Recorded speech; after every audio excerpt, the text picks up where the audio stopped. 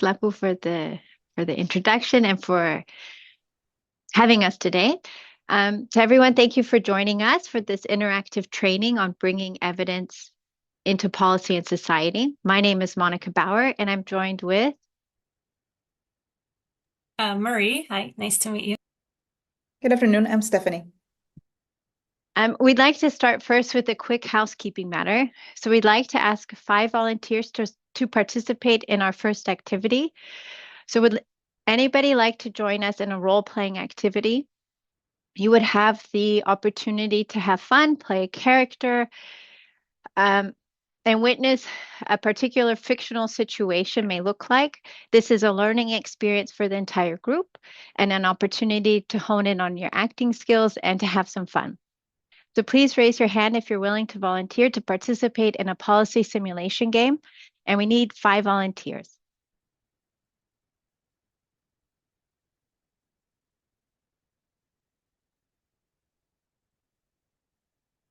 We hope that some of you will consider joining us. I mean, you can raise your hand. We'll also note if you raise your hand. We have Palesa Motau. That's one. perfect. We And also the have, yes, the second one there. it's can you say I don't want to mispronounce the name. Is it I'm not sure. Is it Ranka? Yes. Oh, okay. Thank you. All right, we have 2 so far. We've got another one.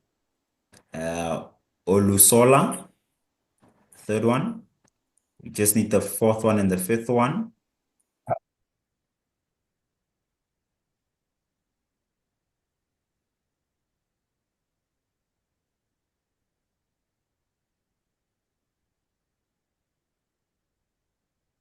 We've got the 4th hand. Is it Sharifa? Yes. Yes. Was your hand up? Yes, but I have some problem with my connection. It is not stable. The reason that I don't know if my hand is raised or not. Oh, no, but we can hear you clearly. Okay. Yes. I will So ask. you'll be the 4th one. We just need the last person now.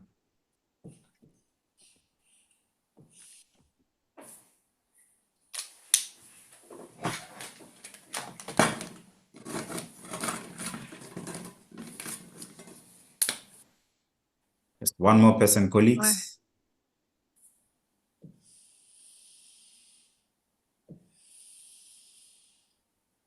Anyone who wants to volunteer? I think we have a 5th. Yes. Prof. Buma. Perfect. Thank you. Thank you all for volunteering. You'll receive information in the chat from Stephanie regarding the roles. So please make sure you have the chat open so you can receive that. Yeah, perfect. And I think now we would like to also get to know a little bit more about you. So I will share my screen. Just one second.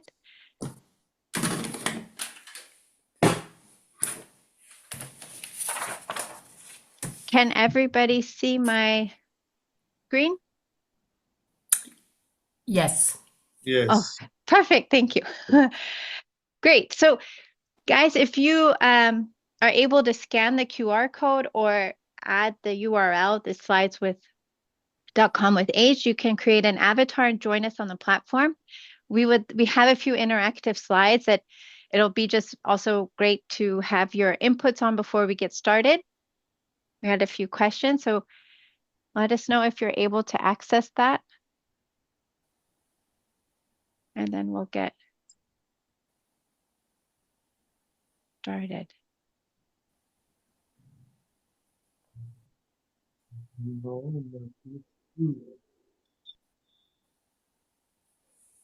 Ah, perfect. I see the first avatars coming up.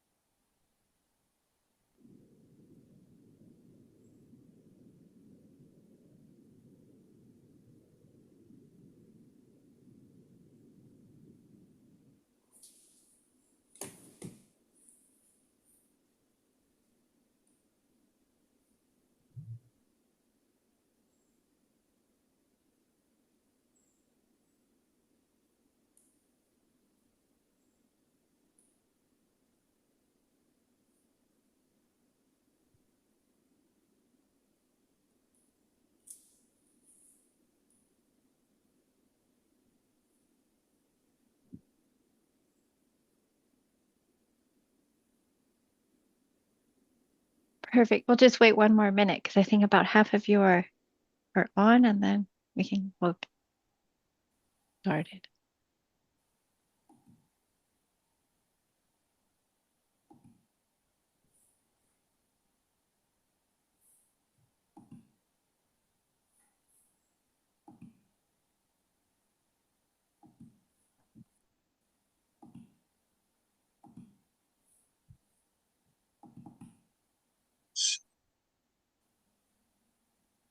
Okay, great. I hope if anybody has questions, you can also put them in the chat. And I think my colleagues will also share the URL or the QR code there. Okay, great. So we wanted to start off with a few questions for for you. So we're just curious where everybody's connecting with us from. If you can input your Yeah. city, ¿Cómo de AIB?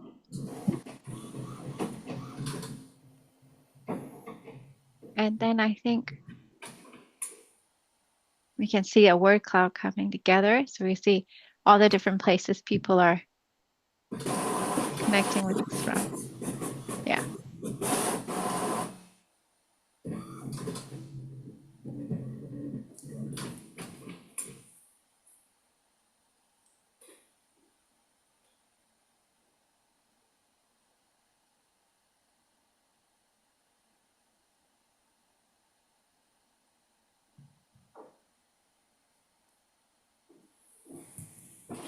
Okay. Oh, it's very cool. We see a few people from Pretoria, from Montpellier, from Kenya, Uganda. Very fun. Very cool. Okay. And then our second question, from the States. We were also hoping to find out and learn more for you what you're hoping to get out of this training. If you have any expectations, wishes, hopes, needs before we get started. And here I think you're able to choose one of the options. So perhaps maybe we can highlight which one's your favorite.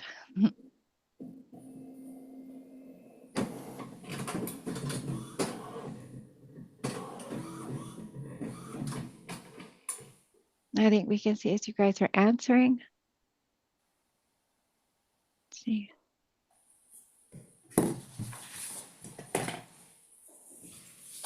Okay, more search, but it seems that the majority of everybody's looking to gain practical tools and methods. So we hope that's what we'll be able to also leave you with after today.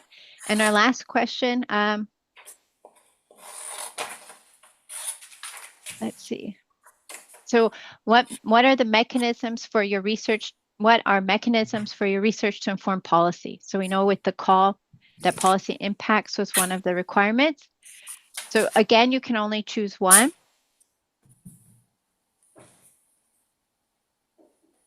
From these options, but perhaps what you've been already thinking about with your project or proposal for the Africa Regional Call.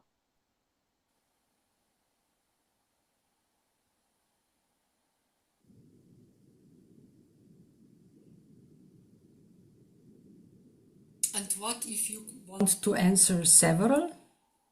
I think it's only one. So just, That's very difficult because these are very different things and you should do everything.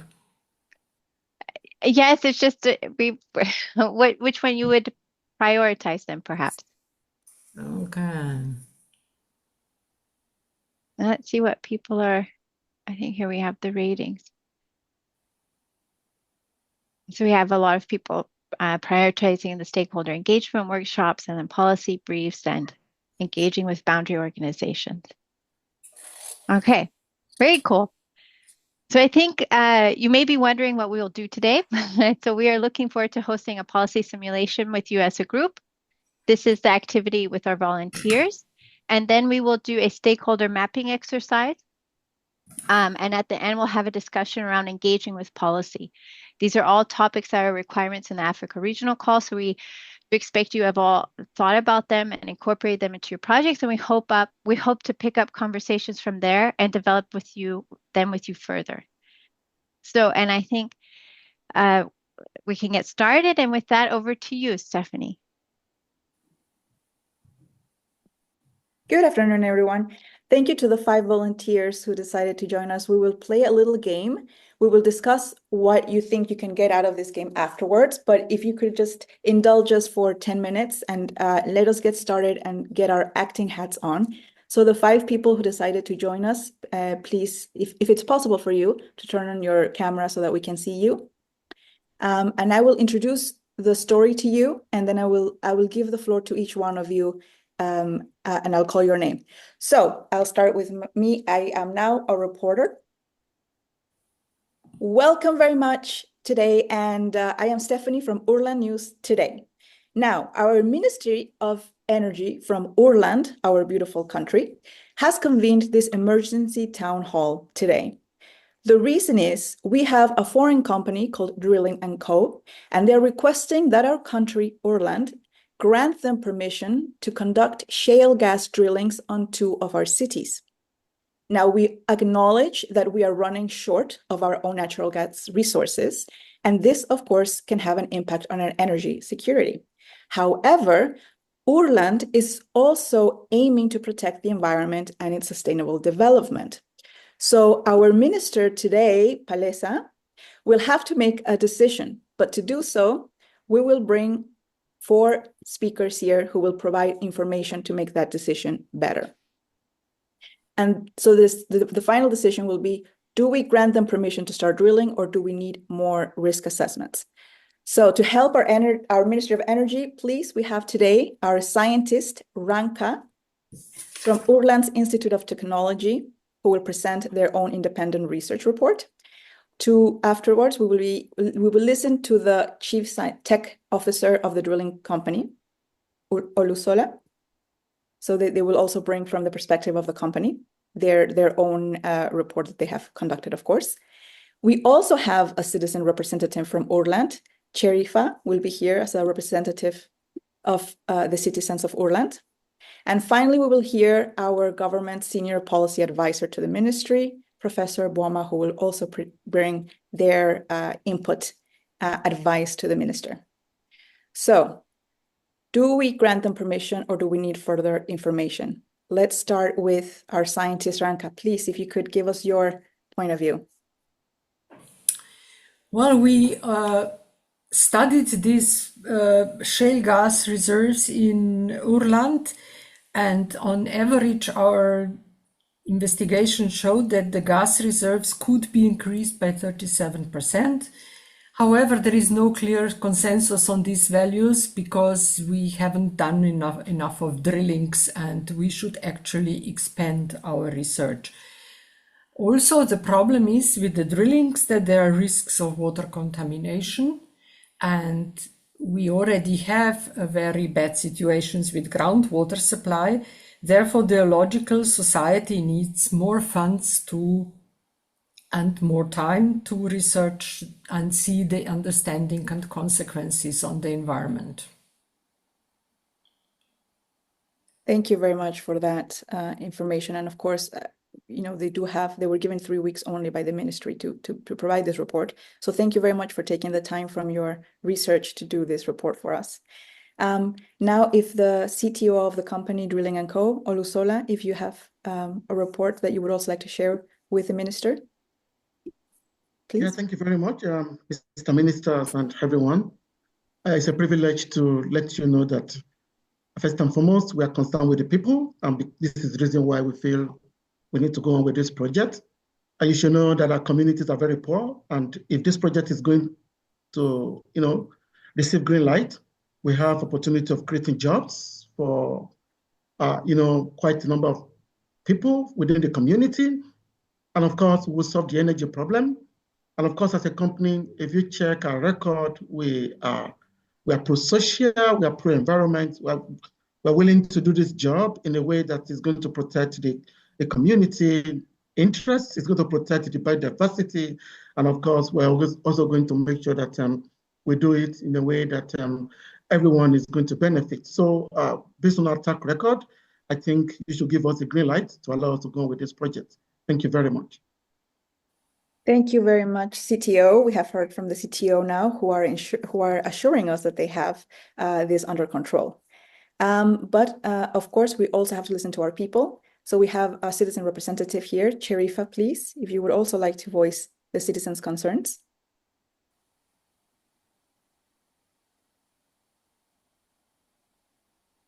Do we have Cherifa here?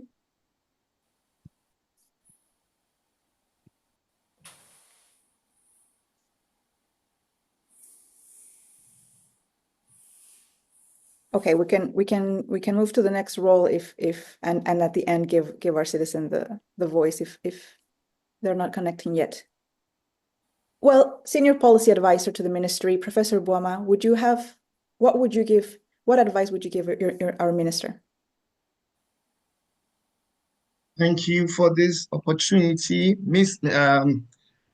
Our dear minister, the key advice that we're having here, having listened to the various groupings, we see that yes, there's a need for us to create jobs. There's a need to improve our energy, sustainability, and ensure that we have adequate energy to support our industries. There's a need also to ensure that, the economy, is well positioned. However, we must not lose sight of the risks that are involved also over here. And in addressing our issues, there are risks because our water, the issues with pollution, the issues with health come in. So as we navigate around these issues, we must not lose sight of the fact that as we put in place policies that will ensure that we are able to create jobs and have adequate energy supplies, we still will not adversely affect our environment. We must ensure sustainability of the environment. Thank you very much. If we don't have our citizen, I do have my fellow reporter here with me, Marie, who has, of course, interviewed the citizens and has made an assessment of the overall consensus. Would you be able to share that with us, Marie? Yes, I was able to talk to one of the concerned citizens. They were very much against the technology. They said no fracking in our city.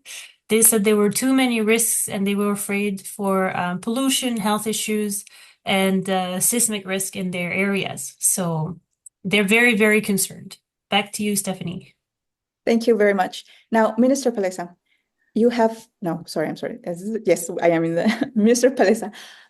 Before you make a decision, you have heard now from your own scientists who have expressed that there is a possibility that this could be a fruitful activity, but they would call for more information. The CTO of the company is advising that they are under control and they would encourage you to grant them permission. But of course, you have also heard from the citizens concerned about the environment, and your own advisor gives you the pros and the cons. What would be your final verdict? Oh, my final verdict. I think I would want to see some of the evidence myself, especially if they could gather some case studies or where this has happened in similar economies or similar places. And then I would maybe draft or gazette a draft bill and get more public engagement, like written engagement. And then I think we would take it from there. Now, if I may ask you, Minister, you do have 3 months left in your current term. You are able to do this within your time, or would you like to pass this on to your next minister? That's a very good consideration. I think, you know, it's all very contextual, depending on the needs of my society. Of course, it's not easy to weigh society, economics, and the environment. So I think if I was pushed to make a decision, I would look at certain economic and social indicators, and also just check how much resilience our environment has, of course, which my advisors must have looked at. So I would try not to shift it to the next person, because I don't know if they have the same priorities as I do. So yeah, I would make a decision. Thank you very much, Minister, for being for wanting more evidence, and I hope we really have more politicians like you in the real life.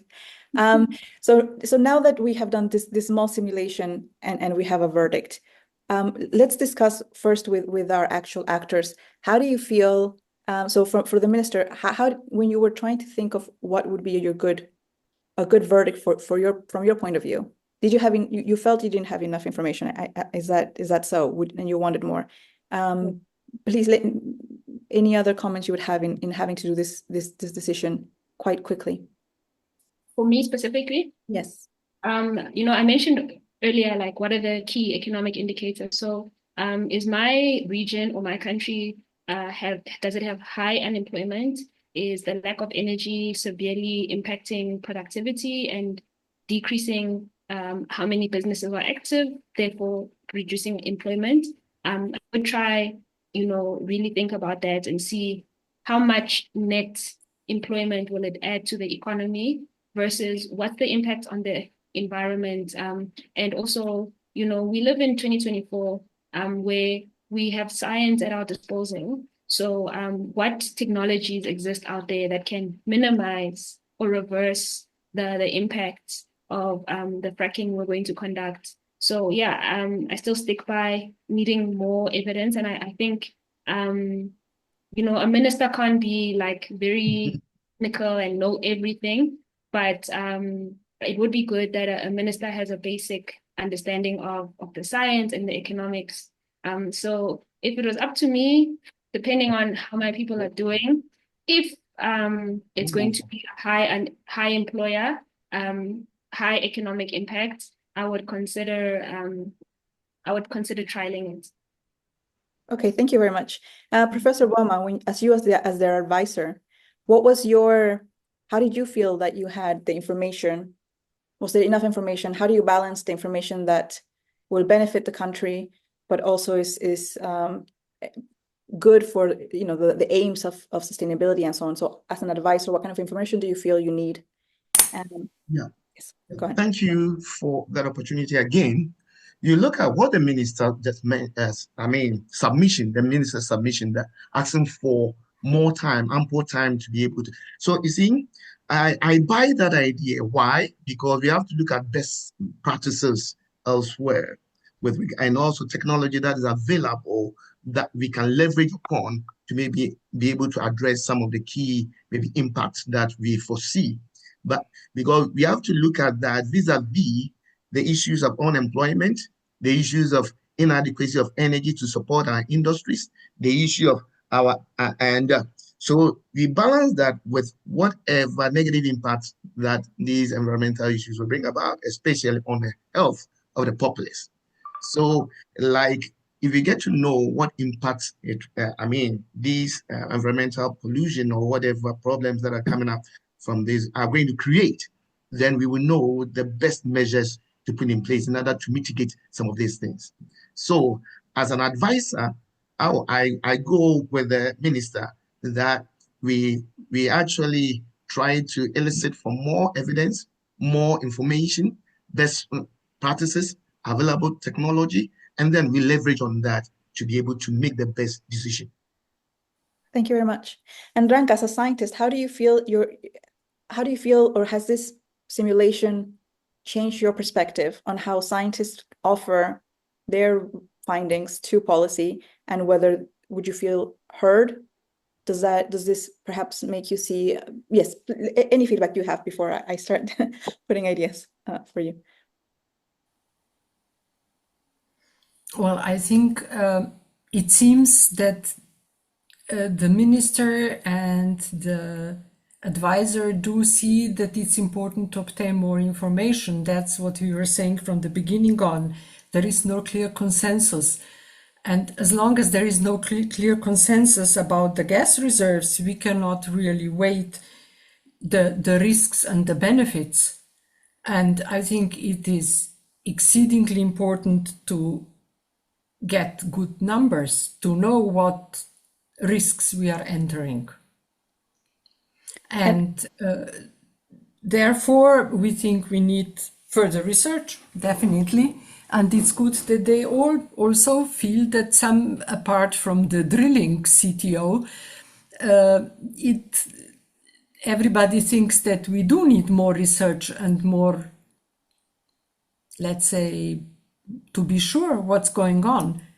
Because to start the fracking and to do all this and then find out that perhaps the gas reserves are just half of that, what is surmised now, it would be a bad decision. And now if we put the simulation aside and look at real life, is this how you would feel as a researcher? Do you think science is taken, is valorized as much as we're discussing now? What would be your feeling? Well, simulation is simulation, and real life research is real life research. So. And everybody else, as if we all act as researchers or as concerned citizens, what are your opinions regarding how we make decisions where there is informed evidence to inform that decision, when we have different stakeholders, when there's different priorities, when there's a political term that of course the politician is very much aware of and trying to protect and so on. So what are your feelings that have come from this simulation that we have just carried out? Now I'm opening the floor, so please, Eunice. Right, good afternoon, everyone. It's afternoon in Nigeria. I'm glad this simulation has taken place, and it brings out something that is very fundamental that we often overlook. True, there is a citizen representative there, and then the minister is asking for more information. The question is exactly what kind of information are we looking for? Something fundamental is lacking in the information that the engineer provided and the information that the minister is requesting for. What is the input of the citizens? The citizens' engagement, civil society representative was very clear about saying that the citizens do not want this project. But the minister says if it's going to bring employment, if it's going to add to the growth of the economy, she will consider it. But for whom are we making this decision? If they have said no, it means that they were not consulted ab initio. So scientists should learn to, even from the conception, they should learn to accommodate, reach out to the citizens that these projects will impact and get their sense of what this project means for them. That's part of a risk assessment. And if at that point their fears can be allayed, that's taking care of the risk. Otherwise, when you cite that project there, they are not likely going to make use of it. And of what use will that project be to the society? So that's something I think that's something I'm taking away. And the reason it's really came out to me strongly is that I work in the development sector and I do citizen engagement. And we have seen so many projects. Government thinks this is good for the society, for the community. You cite the project, and at the end of the day, nobody, in fact, most often they vandalize it. Nobody uses it. That's waste of resources, and it doesn't add to the growth of the economy or the development of the economy. So that's my take on this. Let the risk assessments be encompassing and right from inception. Thank you. Thank you so much, Eunice. We will actually work on identifying stakeholders and we can better engage with them later on today, and that will be taken up with Marie. So we will look more into this. Thank you so much. Palesa, if you have more comments. Yes, I do. I just also wanted to just touch on or add what Miss Eunice was saying. It's very true. I just think also when you find, like I mentioned earlier, like in my country, they will draft a bill and then they'll gazette it for comments. And what I find that is a problem that we should work on, maybe as researchers and scientists, is who is responding to that gazette, right? So I think there's two layers or multiple layers, but the initial draft often is you see Mr.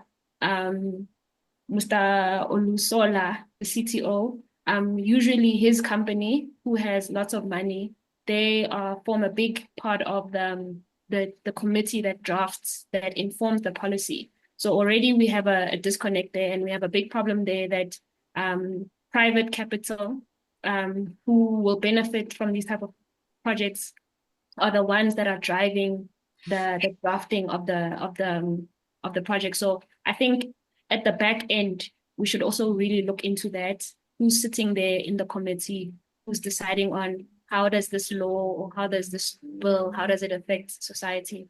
And then on the other end of citizens, I think the same can also happen. Are the citizens who are sharing their concerns, are they well informed about Sadly, that is it.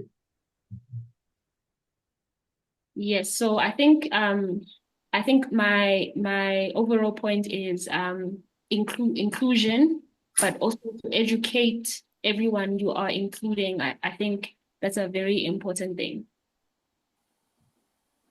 Thank you so much. And it's really great to see so much engagement. Please, our CTO. In the real sense of it, I think I found myself in a very difficult position. In real life, I wouldn't take up the job of a CTO. And if I have done that, by now I'm very, very rich because I work with the community. So I speak, I work on daily life against what some of these big multinational organizations, institutions, companies stand for. But the narrative, according to the layout, is what plays out, so to say. And I must add that in my side of Africa, the kind of minister we have in this kind of simulation, I don't know if it exists in Africa. I stand to be corrected. One who will see money on the table, and we want more evidence before a decision is made. They're very rare, and I'm not sure there's so many. And with the subject of energy or big projects, communities are not actually the most interested. I like to call them not only stakeholder, but right holders that should be consulted, so to say. And more than that, thinks very little of this kind of products, of these projects going to be used in the community. The majority, as they do say, carries the vote. So to echo what Madam Minister said and what we heard from Eunice, I think as an NGO operator, someone who works in the grassroots, is making the voice of the community count is what is important, not only because you want to tick the box because they're present, but then making sure they are even involved in analyzing the problem. When you say shale gas or whatever it is, or fracking or what it is, do they actually understand what exactly you want to do with the environment? And some of them, the land or the forest is held in high esteem. They don't want to treat it in a way that you really want to do with it. So I think the bottom line is what we have heard from all the speakers is that the priority should be given to the right holder, which we identify here as the stakeholder. And then we don't just need to push them aside or thinking that they are in the minority and therefore their voice doesn't count. So in real life, I wouldn't serve as a CTO official, but I would stay within the community. Thank you very much. Thank you so much. And thank you also for reminding us that the context in each region and local context is so important as well. Timothy, please, welcome.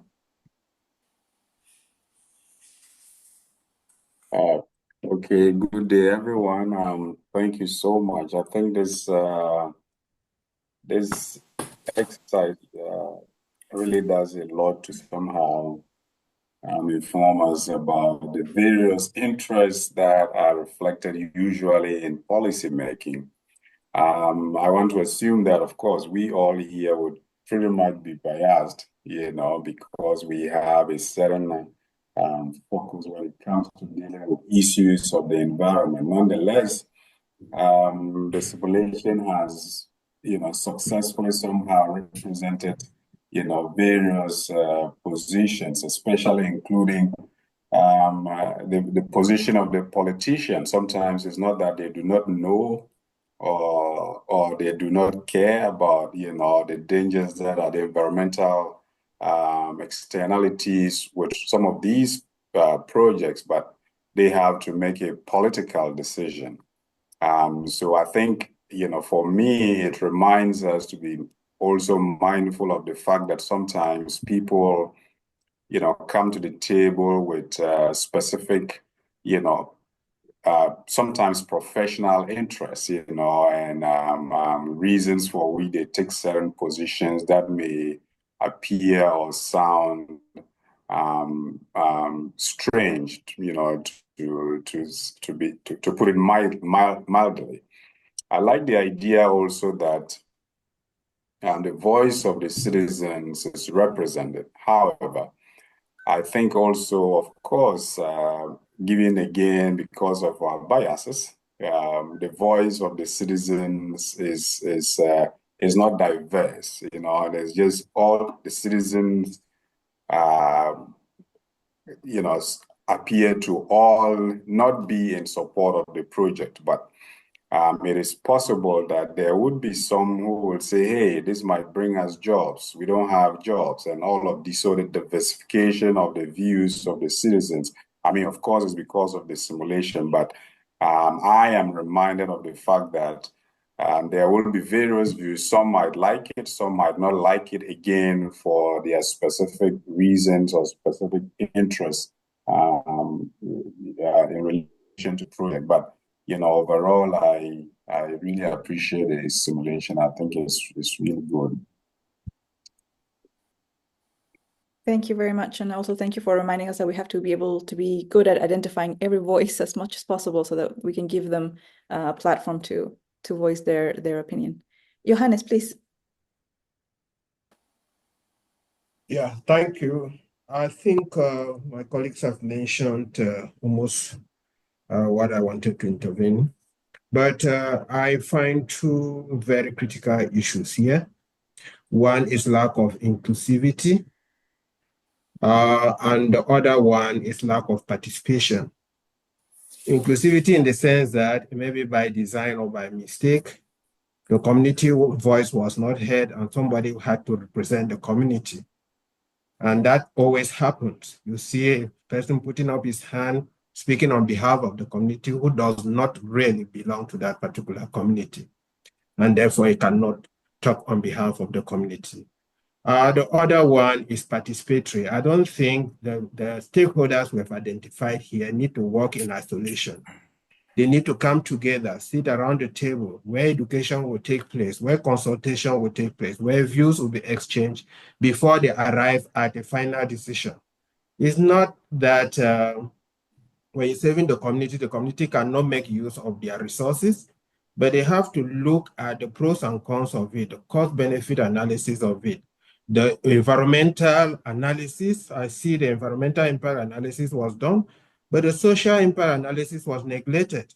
So those are issues that will come up in future as externality for that particular project, where everybody's voice was not heard, where they did not come to a consensus. They may even decide on an alternative technology. Fracking has been a very contentious issue, especially like in South Africa. They could come out with mining the gas using an alternative and maybe technology or even other ways of solving the environmental problem. But lack of inclusivity and participation, I think, is very, very crucial to take a final decision. Thank you. Thank you very much for very important comments. Thank you so much. Chris, our last hand up. Okay, thank you. That's a wonderful simulation. But I wanted to look at when the minister was speaking, the issue that didn't come in, or is what is the vision of the government? Where is the government want to go? Is it the employing? Are they saying that if somebody is giving employment, they didn't analyze the type of employment they're going to give to these people? And not knowing that not everybody will need employment in that area, because they are the elderly, they are the weak, the disability people. There are different types of groups, but they didn't speak about what are other benefits. The beneficial benefits that people stand to gain apart from employment, because remember the company is going to disrupt people's life. People are going to lose their water. The air is going to be polluted. All these were not talked on, but also the people, some in that kind of program, they are going to displace people. There was no engagement on how resettlement action plan, if any, will be attended to. And if people were to lose their water because the mining is, then there was no component also of business and human right to looking at how are these people going to do business and looking at the human right of the community where they're going to do the business. The do no harm approach was not considered. And also looking at the minister was speaking as a minister, but the minister was not speaking, was not communicating the position of the government. And looking at, there was no mention of any legislation on which they are anchoring their argument. There was no even an indication that these reports were approved in certain stages. So like a one single track where when the minister decided things move in that way, there's no indication the minister was bouncing this engagement with another institution for validation. Thank you. Thank you so much. And I think there was a common thread in all of our comments that we've heard now about inclusivity, about not missing out on certain voices, on bringing everybody to the table early on so that this can be co-designed and not just engage with people at the end when decisions have already been made. So that was really, really, for me at least, it was very inspiring to hear all your comments. Yeah, I think it would be really great to do projects with you because you're so all the comments have been so much aware about inclusivity that I haven't actually heard that much in other workshops that I've been involved. So it's been really nice. But I will now pass the mic to Monica to continue. Okay, thanks, Stephanie, and thanks to everybody for engaging with us in the simulation. I think if we go to our phones again, you can also let us know how much you enjoyed this exercise as well before we continue on to our stakeholder mapping. So let me again share my screen. Just 1 second. We will go back to our phones to also do another word cloud to map out different stakeholders before we go further into a discussion. Yeah, so 1 second, sorry.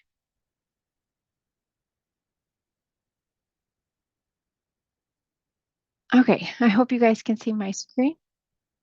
Okay, perfect. So thanks everybody for your feedback and for discussions. And then we will start with this and with that over to my colleague, Marie. Thanks. So I think it was mentioned also in this exercise right now, also in the last comment, that obviously a lot of potential actors or considerations were missing. This was a very simple simulation. And so I think in the real life projects that you're working on now, there are many, many more actors and many, many more considerations. And so here we're inviting you to submit through your phone on the app sort of which are the actors that you consider in your research, which ones are that you consider important, that you want to engage with through your project, where you're looking for impact, which type of stakeholders you're looking to have impact with and work together on the projects with.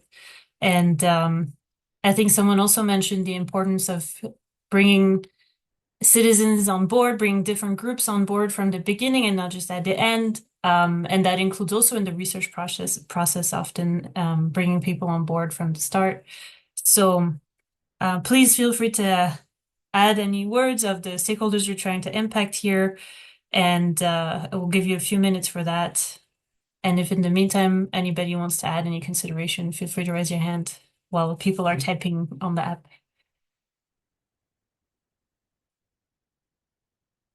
Okay, I see already a diversity of experts here. I'm think- sorry. Would Yes. you mind sharing again your QR code? I lost the link. Of course.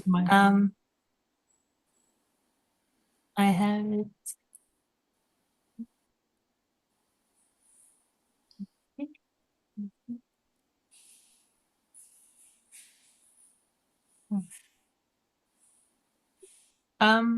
Are you able to, Monica? Is that possible? I'm trying to drop it in the chat.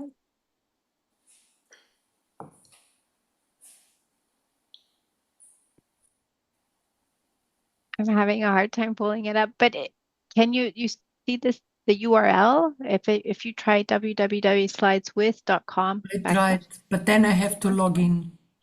Okay. Okay, 1 second. It's not a drama, then you don't have. Yeah.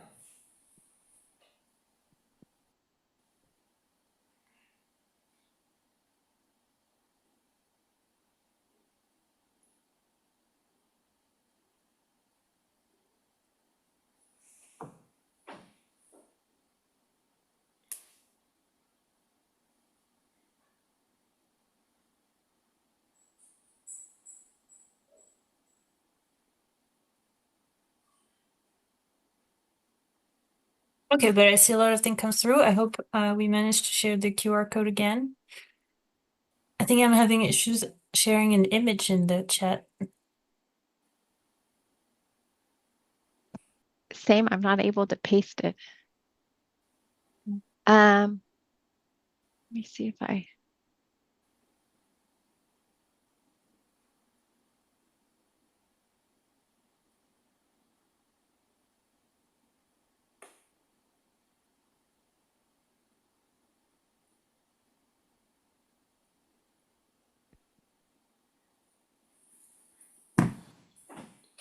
Yeah, I added the code now to a Google Doc link, so maybe I can share this with you.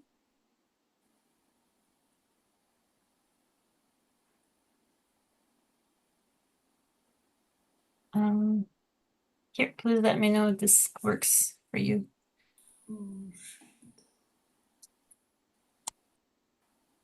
Aha, I see.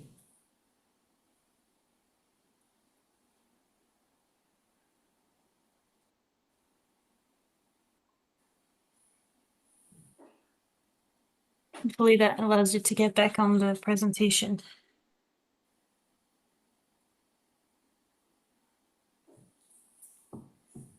This worked. Perfect. Great. Okay, so I'm seeing a lot. I'm giving a couple more minutes for people who are jumping back on the presentation. I think what we're seeing is NGOs coming through very strongly, and also local citizen communities, also farmers, other research organizations, which is very interesting. And several groups, such as women and the youth as well, are coming through. Oh, and now it's moving a lot. I think we've got a couple more people on board. It's good.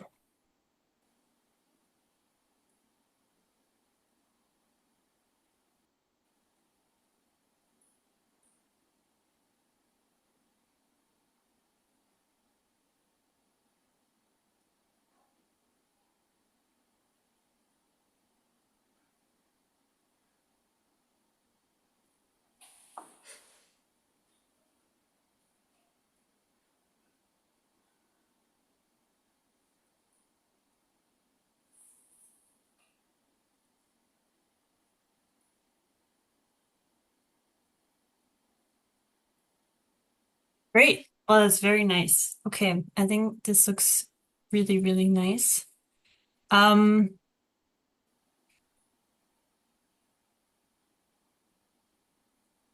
So we have a bit of time. We wanted to do a little bit of a deeper dive into some of these. So not all of these, unfortunately, we won't have the time. But I think from what I'm seeing on the screen, I see local communities, including farmers, farmer cooperatives, and so on. So I wonder if we could do a deeper dive on these, and if we have time, also do a second one afterwards. And the deeper dive I would share with you is working together on trying to identify some of the relevant stakeholders from this group for your projects and brainstorm together ways to engage with them and how the research impact them.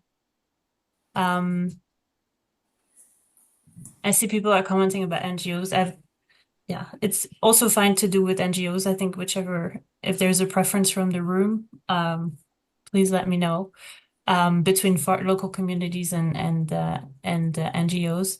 But we would share, so I would share my screen and we could write together on the board, and then whatever we brainstorm together, including the discussion earlier and so on, we'll share with you afterwards, directly afterwards, so you'll have it also to take back with you. Okay, so maybe we can start with local communities and then we'll do it quick, and then we also do NGOs together, and this way we'll cover, I think, the two main ones. I'm not able to participate. I clicked on the link. It keeps saying synchronization error. So I wouldn't know what's wrong with that. Is it from me or is it from the link? Okay, well, I think we're done with that tool. Now I'm just going to share my screen, and then you can you can share your feedback directly, and we'll write it in there ourselves. So I hope that solves the issue for people who haven't managed to get on board with the tool. Okay. Sorry about that. Yeah, we try new things, and you know, so it's good to know that there's been issues. We'll note it for the next time we do an exercise. Okay. So if I share my screen, I hope you can see. We could start with talking about local communities. So I've seen a couple of you mention farmers and farmer associations of farmers and so on. I wonder if would any of you want to share some examples of communities, examples of ways you plan or are engaging with this group, and or why your research impacts them? And this is meant to be a bit of a brainstorm, co-learning from each other exercise. So I'm counting on you to bring some of this content into the discussion. Yes. Yes, Paleza. Hi again, everyone. Yeah, sure. So in terms of local communities, in our experience, trying to contact them, work with them, or speak to them, obviously in my context, the communities I'm trying to engage most of the times are farmers. But in South Africa, we have sorts of systems in place. So I'd say the first type of system you would find is if it's a rural community, you normally have a tribal authority. And a lot of times you find that you will have to go through the tribal authority to speak to the community. That's not always true, but it's true most of the time. And most of the time, the tribal authority is willing to assist you. But sometimes they want bribe. So that's also like a bit of an obstacle, something unethical that happens. So yeah, so normally you would reach out to the tribal authority, speak to them first. And something that's also important when you engage with tribal authorities is how you engage with them, how you address who you are. So a lot of the times they want to speak to someone that speaks their language. They would prefer if it was someone local. Even how they dress, like if you go to a very traditional village, and you don't behave how other women behave, sometimes they don't like that, but sometimes they understand that you're not a local. But it's just something to consider as we start going into people's communities. We must think about How do we need to present ourselves? And then the second way you can approach communities, once again, I'm going to say farmers, but I think it might apply to any type of community. So when we try to deal with farmers, because we have a local Department of Agriculture, normally there's an extension officer assigned to groups of farmers in that area. So if you go through the extension officer, then it's easier for you to find out who you should be talking to, how many there are. And what's also nice, I found that once you engage the extension officer and the department, sometimes they will even assist you with like where to host the meeting. So they'll give you a hall or an office so you for free, so you can engage with the farmers, and sometimes they'll even pay for the transport to move the farmers back and forth. So I think in a nutshell, going through the tribal authority, and then also the local government office, because even if it's not the Department of Agriculture, even if it's the Department of Social Development, there will be someone or a group of people who are in charge of interacting with the community. And I think this helps because even though ultimately we are building tools for the community, because government, even the tribal authority, we call them gatekeepers in South Africa. At the end of the day, is it a bribe or an allowance? I'll answer that now. At the end of the day, it's the public sector. The public sector is a big enabler. That's what I'm saying. So if you try like circumvent them and go straight to the community, at some point you might find that you need them. And also, if you include them from the beginning, it might be easier when it's time to convert this into policy. It might be easier to get their buy-in. So yeah, I really encourage doing some research on what's the setup of this community? What's the structure? Is it a tribal community? Is it led by democratic government and then engaging with those people? And then the last thing, is it a bribe or an allowance facilitation? I think it's a bribe because if you are a leader of a community, and if I come to you and I say to you, I have information that can possibly assist the community now or later. Of course, when you go into a community, you never go in empty-handed. If we have a meeting, of course, we have food, we transport people. You're not going to just waste people's time and they can't be hungry the whole day. But at the end of the day, you're there to add to the community. So in my experience, a lot of the times, it's not an allowance or facilitation fee. It's just a bribe because they know that they have access to something you are looking for.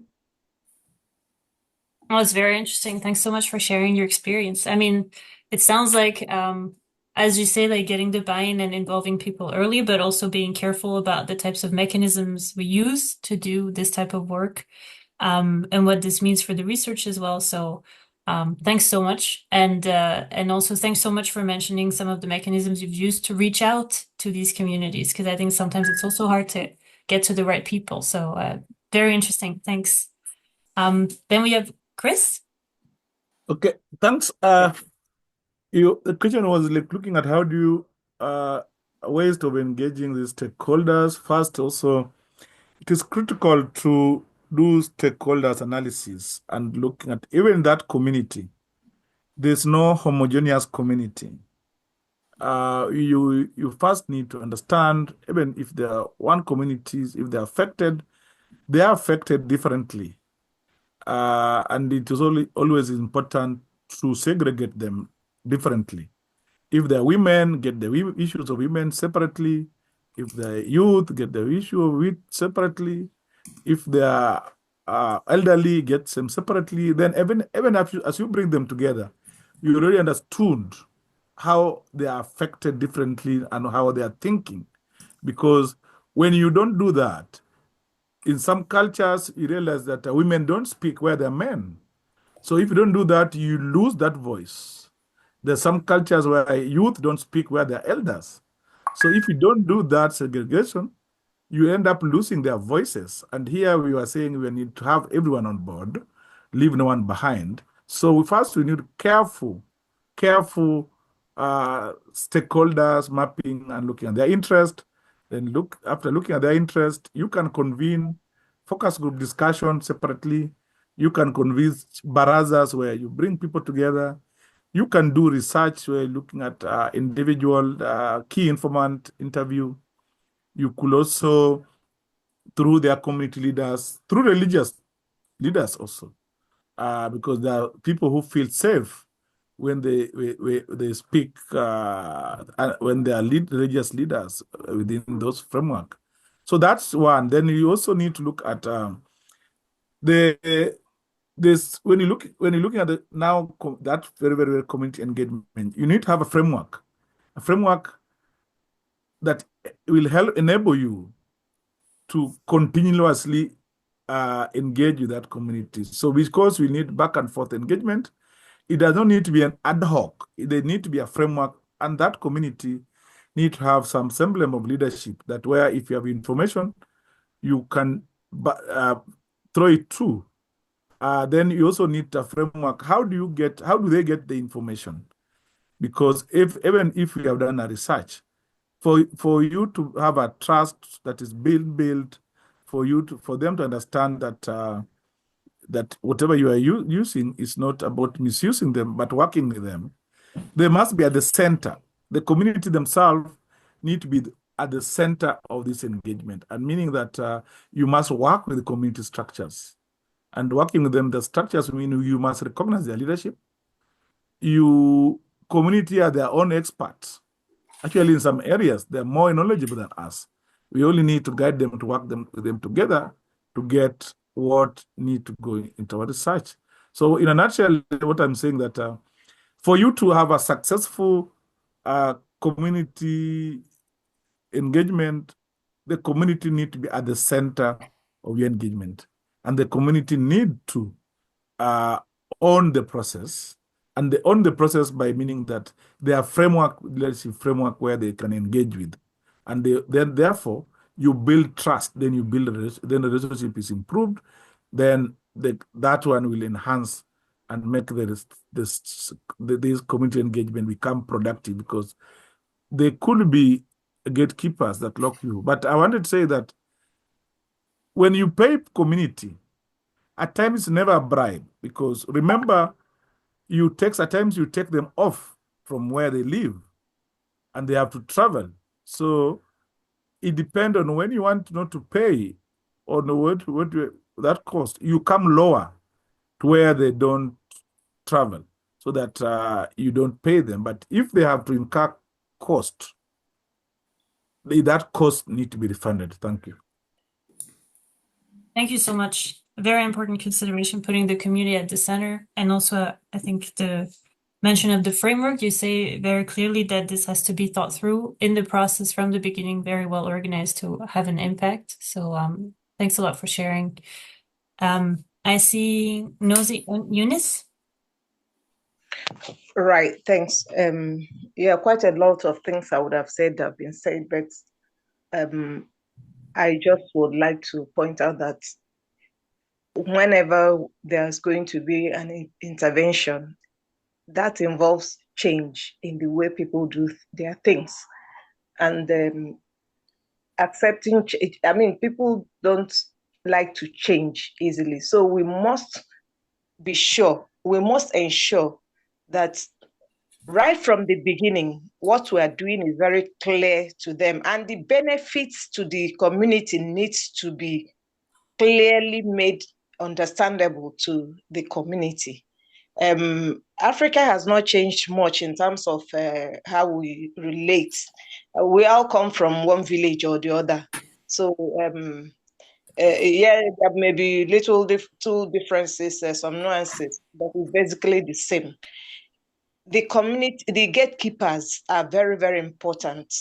And I'm yet to encounter the kind of a scenario that was painted by the South African lady. I've never had to give a bribe. Rather, they will they will want to present what they think is their own need to you. And being able to incorporate those needs into the project where possible is the real challenge that needs to be properly taken care of. That has been my experience. And where I'm not able to, where what they're asking is very far from what the project is able to do, I always say, okay, we've heard you. I will speak to the right authorities to look into this. That gives them some comfort, tells them that at least their voice has been heard, and it makes it easier for you to interact with them, to get their buy-in and make them understand what benefits that they're going to derive from this. Like I said, we all come from one village or the other. I remember speaking to some women. In fact, I actually bought stoves, modern stoves to the village, and they were like, if I cook with this stove, it won't be sweet. It won't be as delicious as when I'm using the firewood to cook. So I'm like, why do you think so? Why would it be so? But that's something that is entrenched in them. But I had to try to convince them, look, gas is much easier for you. You don't have to, you won't have black pots, you won't have the smoke will not blind you, you will not have to sniff in smoke and all that. With time they understood and they accepted it. If I had like, hey, you guys are old school or things, I'm sure they will never have accepted that. So they have their, well, for lack of, I don't know if I use idiosyncrasies, I don't mean offense, but people have their how they do things, and you really need to try to be in their shoes before you are able to make them see that there is a need for a change. So for me, that has always worked for me. And in the end, they really appreciate the new thing that is coming to them, and they are out wholeheartedly and accepting it. Then there is this issue of women not being able to speak where men are present. I was I was doing a training, and I asked a woman a question. A man in the training hall said that she cannot talk, that she shouldn't be talking when there are men around. I was like, hey, but I'm a woman, I'm the one conducting this, and you've been listening to me, so what's the difference? So he was like, okay, let her speak now. I said, please, this affects women. It's important that we hear their voice as well. And yeah, some other men also were like, it's good, at least they have a fellow woman who is conducting this. So in the team, there should be a balance. Let there be somebody who can relate with each segment, be disabled persons, because we have not really mentioned disabled people here. If they see somebody that is like them, it's easier for them to relate with the team and the project that is coming to them. So being a woman, it was easier for me to get the women involved. If it had been only men team, you can bet that no woman will dare come out. They will not. So in our teams, we should be conscious of that in making up the team that goes to interact with the communities. Thank you. Thank you so much. I think you bring up so many interesting points from your experience. So thanks so much for sharing both the need for the human aspect and the exchange, and also the need for diversity within the research team to bring the diversity in the community responses. So thank you so much. The next person is Margaret. Yeah, hi, good afternoon, everyone. I just like to add a few things to what some other speakers have already said in terms of engaging communities. I like to share experience from Ghana. In Ghana, when you are working with communities, we have this local government structure known as the district assembly. And within the district assembly, you have various departments. For instance, we have agric department. So if you're going to engage farmers, already this is a department you would want to register with so that they know your presence in the district.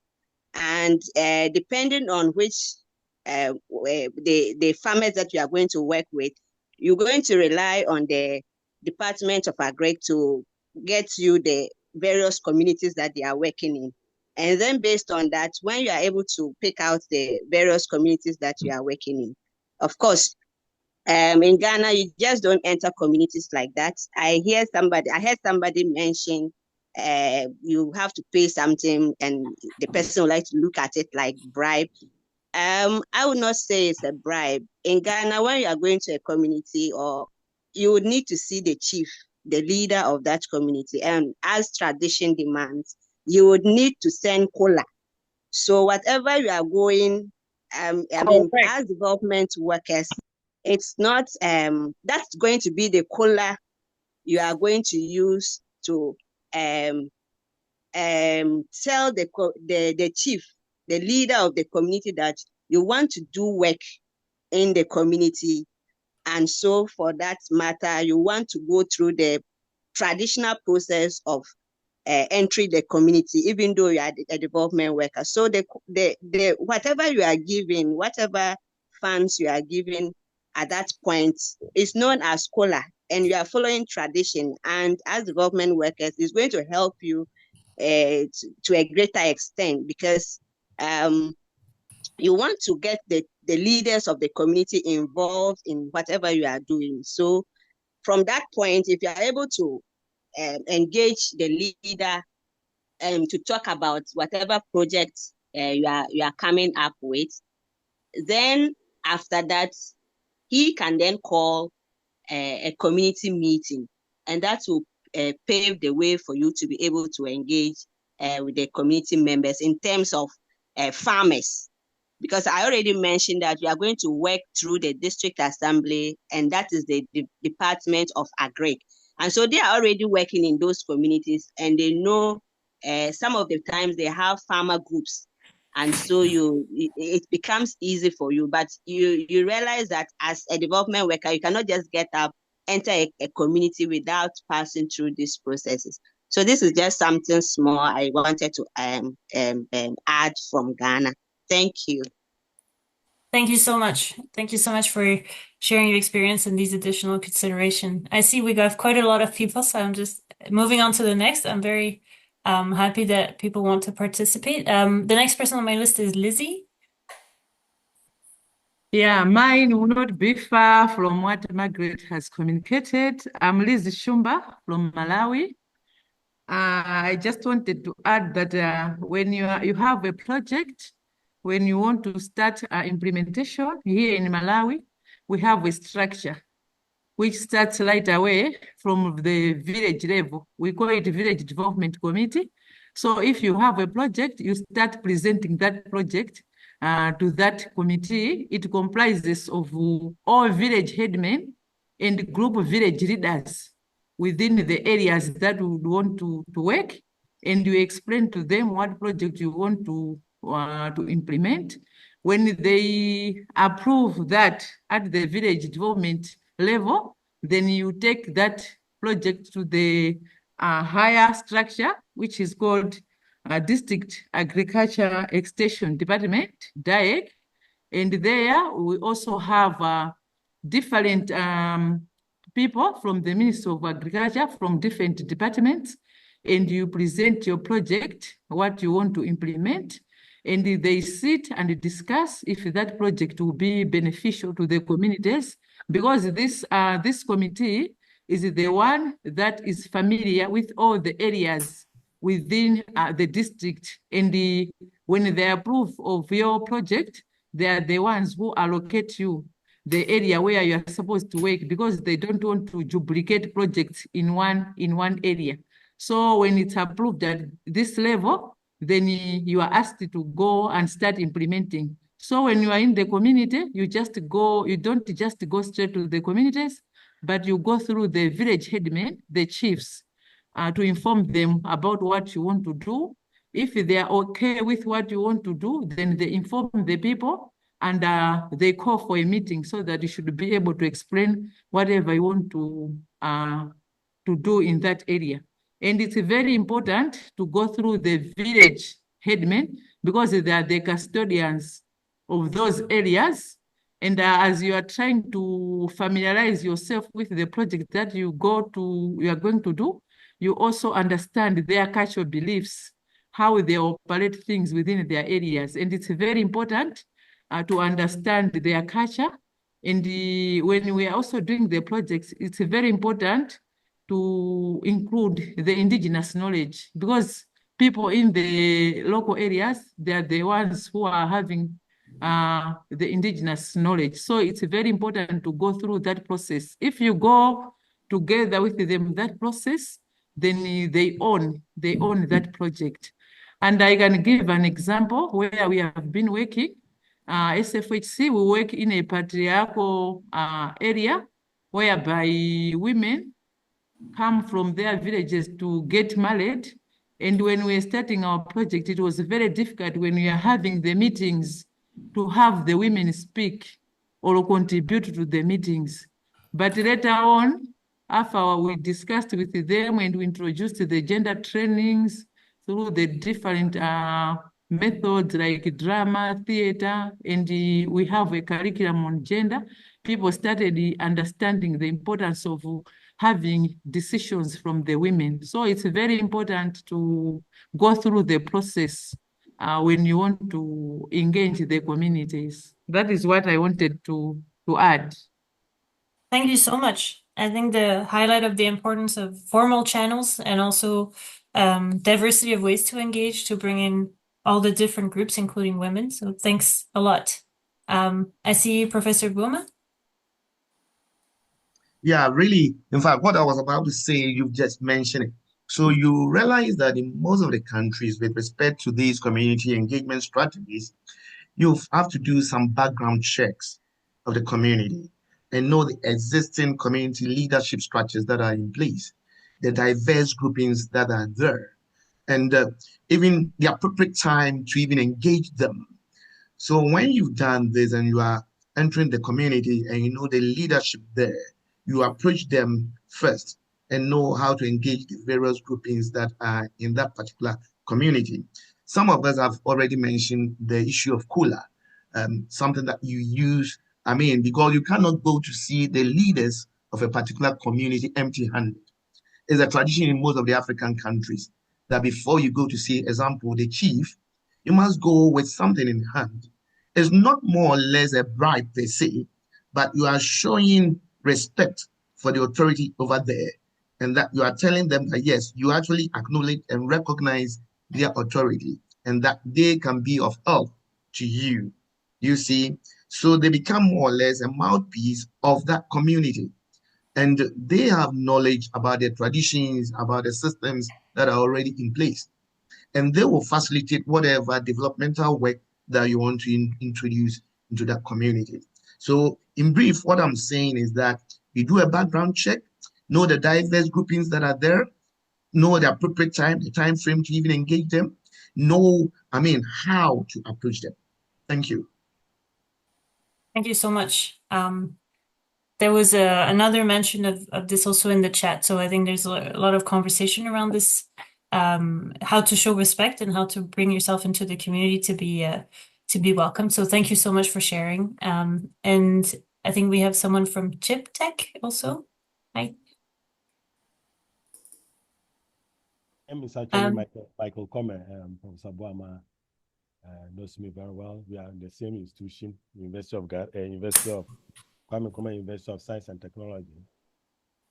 I have a different story and approach that I use, considering the various approaches that people across the world have used in this community entry and so on. Now, I looked at what normally businesses do. That is, they have a product or they have something and they have a shop and they put it in the shop and people buy it. So, this is good and that kind of thing. Then maybe there's a stakeholders meeting and saying, this product is good and let's discuss how we are going to do it and that kind of thing.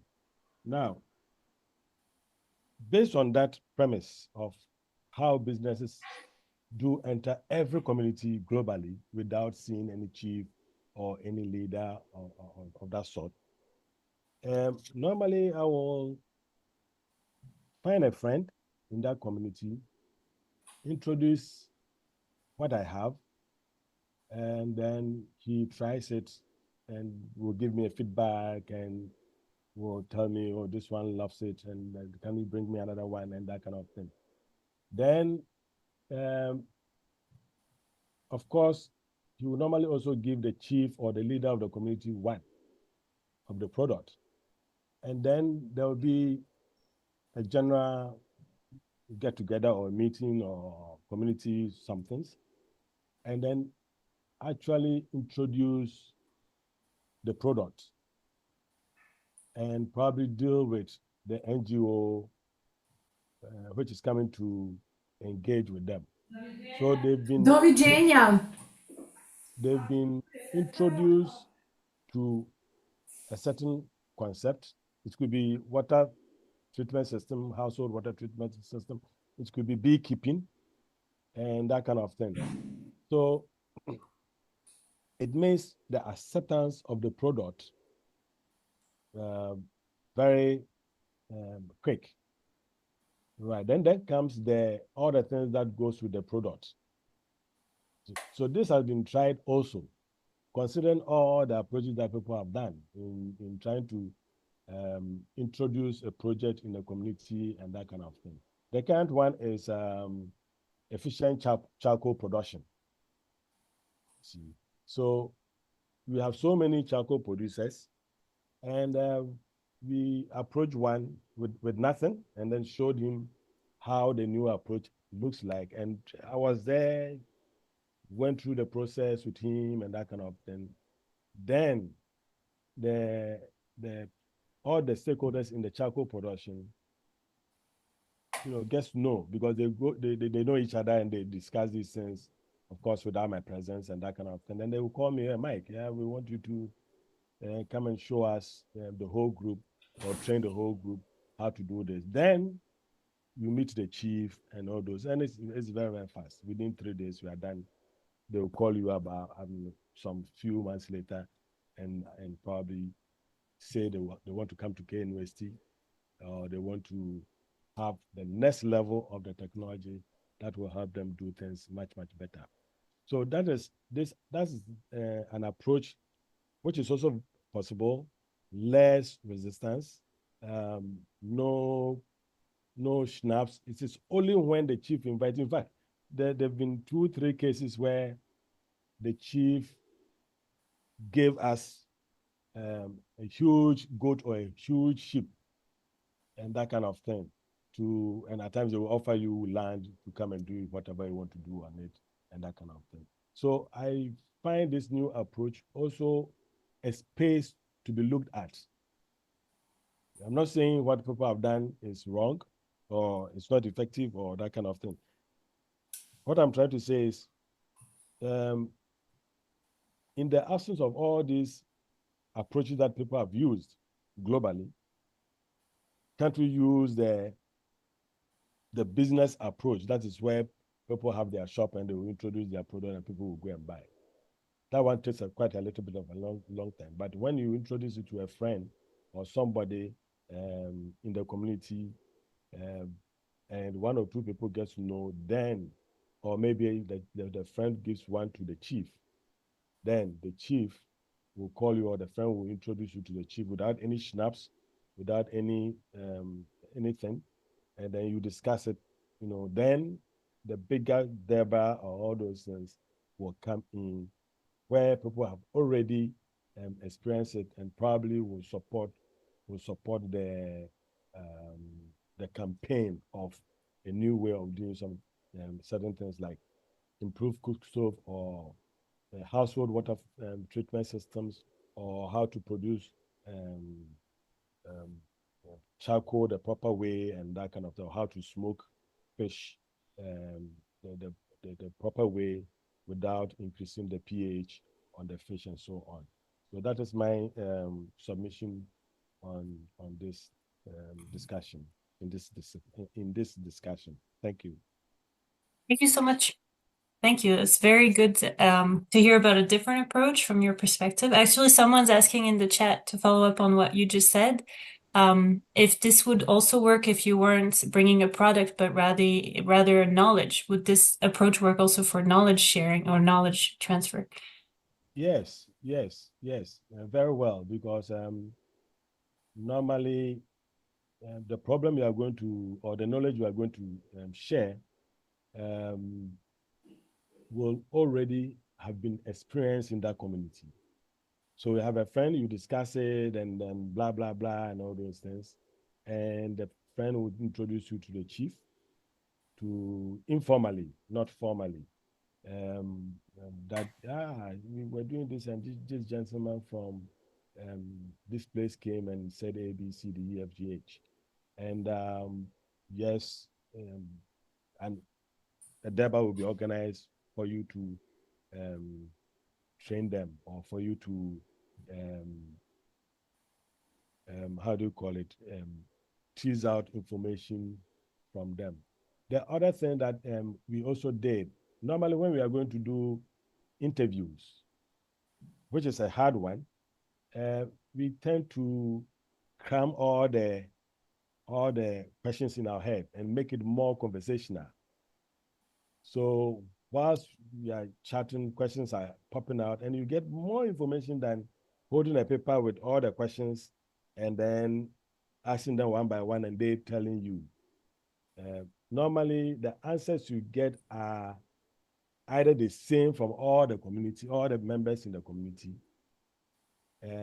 Unlike when there's no paper and you're able to ask the questions in a conversational forms, people are relaxed, to give out various approaches to the question, and it helps you to come out with a solution if it's a solution that you need.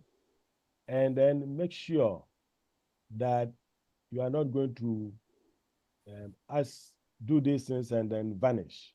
That means they won't see you again.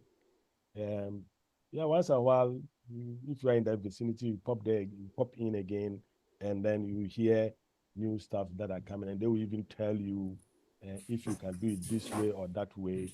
It will help us move faster with the adaptation of the technology that you are trying to disseminate to them. So yes, it also works very, very well with dissemination of technology or technology transfer. Thank you so much. That's very helpful. Okay, so maybe I'll stop sharing for a moment so we can all see each other. So I think we're reaching the end of our time, but it was a pleasure to exchange with such a vibrant community with so much knowledge to exchange and so much knowledge to share. So thank you to everyone who's shared their experience directly in the Zoom or also in the chat. We've tried to capture a lot of this in our notes, and we'll share this PDF of everything that we've captured directly with you right away, so you can take this home with you. Another thing we had prepared, we haven't gotten much into it, but one way we reach out to policy from our perspective, our institute, is through policy briefs, and so writing them and how to structure them. So we won't have time to go into this, but we leave you with a detailed sort of way we structure our policy briefs, and maybe this can be helpful also in your projects, hopefully. And so you'll receive this in just a minute. And I want to express again our thanks for your participation in this stakeholder exercise. And I hand over back to Monica for the closing. Okay, I think it's just following up with Marie said. Thank you all for joining us. Thank you for participating, engaging, sharing.